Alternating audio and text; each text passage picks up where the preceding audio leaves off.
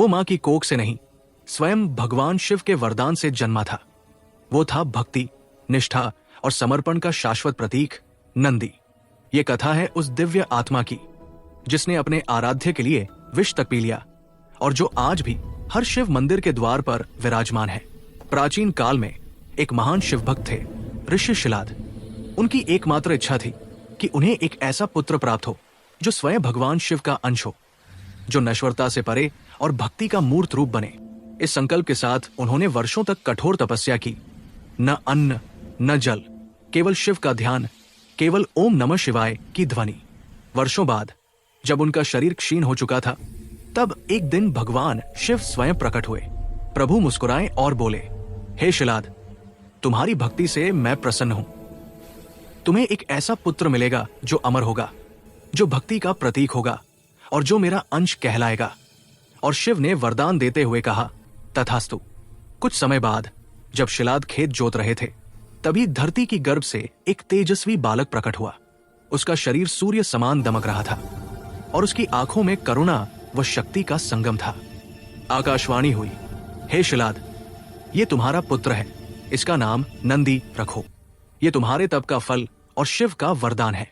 ऋषि शिलाद ने प्रेम पूर्वक उस बालक को अपनाया। नंदी जैसे जैसे बड़ा हुआ, उसकी प्रतिभा, तेज और भक्ति सबको आश्चर्यचकित करने लगी।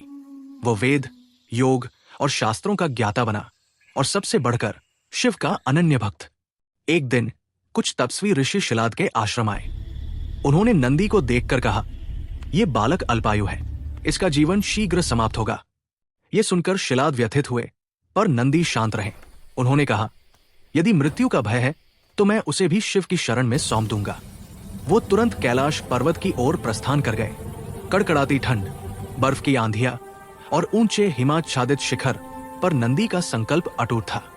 वो दिन रात महादेव का जाप करते रहे और अंत जब उनकी आत्मा विलीन होने को थी, तभी शिव और पार्वती स्वयं प्रकट हुए। नंदी ने सिर झुकाकर कहा, प्रभु, मुझे मृत्यु नहीं चाहिए, केवल आपकी शाश्वत सेवा चाहिए। मैं हर जन्म में आपका सेवक बनना चाहता हूं। भगवान शिव ने प्रसन्न होकर कहा, हे नंदी, आज से तुम मेरे गणों के अधिपति हो। तुम मेरे वाहन, द्वारपाल और परम भक्त बनोगे। तुम अमर रहोगे, मृत्यु तुम्हारे निकट भी नहीं आ सकेगी। उसी क्षण शिव ने अपने हाथों से नंदी के माथे को स्पर्श किया और एक दिव्य ज्योति नंदी के भीतर प्रविष्ट हुई। उस दिन से नंदी केवल एक भक्त नहीं रहे, बल्कि स्वयं शिव शक्ति का अंश बन गए। समय बीतता गया। जब देवता और असुरों ने अमृत प्राप्ति के लिए समुद्र मंथन किया, तब समुद्र से निकला कालकोट विष, जिसने सृष्टि को संकट में डाल दिया। देवता घबरा गए, असुर पीछे हट गए और तब प्रकट हुए भगवान महादेव। उन्होंने वो भयंकर विष अपने कंठ में धारण किया।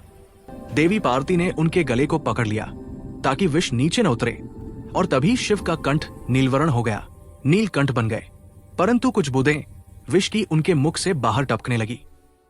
उसी क्षण नंदी ने बिना क्षण भर सोचे वो विष अपने मुख से ग्रहण कर लिया, ताकि सृष्टि और अपने प्रभु दोनों सुरक्षित रहें। देवता और असुर स्तब्ध रह गए। ये कैसी भक्ति, ये कैसी निष्ठा। भगवान शिव ने स्नेहपूर्वक कहा, नंदी, तुम केवल मेरे वाहन नहीं, तुम मेरे हृदय, मेरी आत्मा, मेरी भक्ति के प्रतिबिंब हो। कहा जाता है कि नंदी केवल शिव के द्वारपाल ही नहीं, वेदों के रहस्यों के रक्षक भी है। हर शिव मंदिर में नंदी सदैव भगवान शिव के सामने बैठा होता है, उनकी ओर दृष्टि लगाए, क्योंकि माना जाता है कि जो भक्त नंदी के कान में अपनी प्रार्थना कहता है, वो सीधे महादेव तक पहुंचती है। शिव के गण, जिनमें भूत, प्रेत, योगी और रक्षक सम्मिलित है, सभी नंदी को गणेश्वर अर्थात गणों के स्वामी के रूप में पूजते हैं।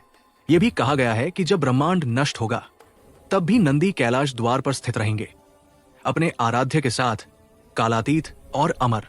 वो जिसने कभी जन्म नहीं लिया और जो कभी मरेगा नहीं, वो है नंदी।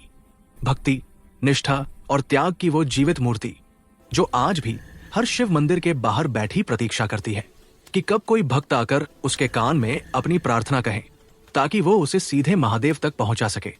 और इसीलिए कहा जाता है, शिव तक पहुंचने का मार्ग नंदी के कानों से होकर जाता है।